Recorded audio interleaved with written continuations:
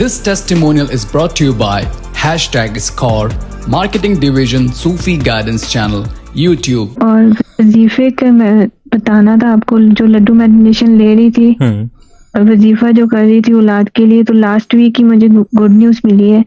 तो मैंने आपको ये टेस्टिमनी देनी थी, और दूसरा ये कि बिस्मिल्लाह की भी देनी थी कि जब से वो मैंने स्टार्ट किया और नक्श पहना है, आप यकीन करें कि मैं उससे पहले मतलब मुझे 3 मंथ हो गए आप लोगों के साथ में,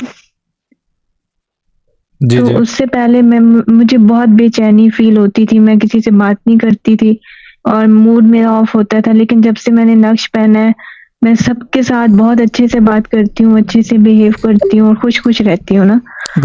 और एक और बात कि ये जो प्लेटफॉर्म है ना, ये मैंने आज तक अपनी जिंदगी में कभी ऐसा नहीं देखा जैसे आप लोग काम कर रहे हो, जैसे शाजी सबकी हेल्प कर रहे हैं।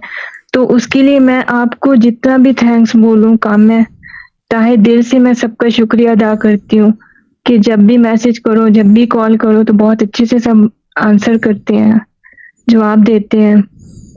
तो उसके लिए ताहे दिल से सबका बहुत बहुत शुक्रिया। आप सब लोग बहुत ज्यादा अच्छे हैं।